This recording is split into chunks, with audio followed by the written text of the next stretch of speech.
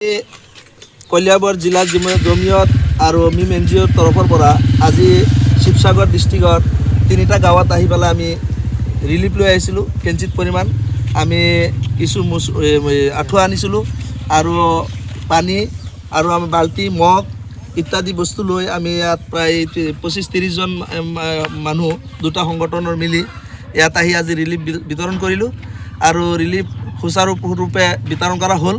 আৰু ইয়াত আমি সুখী হ'লোঁ যে আমাৰ এই গাঁৱৰ 3টা গাঁৱৰ মানুহ একত্ৰিত হৈছে আৰু ভালে ভালে আমাৰ এই ৰিলিফখন বিলোৱা হ'ল আৰু প্ৰতিজন ঘৰৰ মানুহে এই ৰিলিফ পালে আৰু পাই পেলাই তেওঁলোকে সুখী হ'লে, তেওঁলোকৰ নিজৰ মন্তব্য দাঙি ধৰিলে।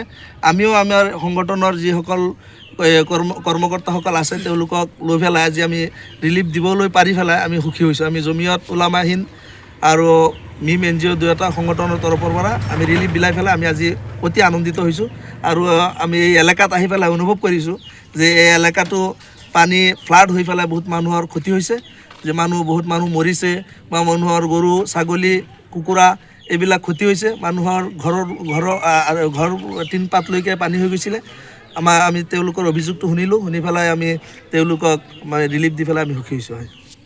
আজি আপোনালোকে দেখিছেই যে আমি মাজহাৰুল উলুম কাঠপাৰা ইছলামিয়া মাদ্ৰাছাৰ ছাত্ৰ লগত লৈ জমিয়ত উলামা আৰু মিম এই 2টা সংগঠন আৰু আমাৰ ছাত্ৰ লগত লৈ আজি এই 3টা গাঁৱত আহিছোঁ।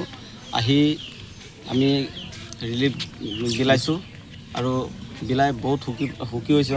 আমি এইটো গাঁৱৰ পৰিৱেশ আমি চালোঁ, বহুত বেয়া আৰু আমি এইটোৰ লগত চৰকাৰক আহ্বান কৰিম যাতে চৰকাৰৰ ফালৰ পৰা এইটো গাঁৱত সাহায্য দিয়ে। যিকোনো খবৰৰ বাবে যোগাযোগ কৰক 9181 307 221 আমাৰ এই নম্বৰত।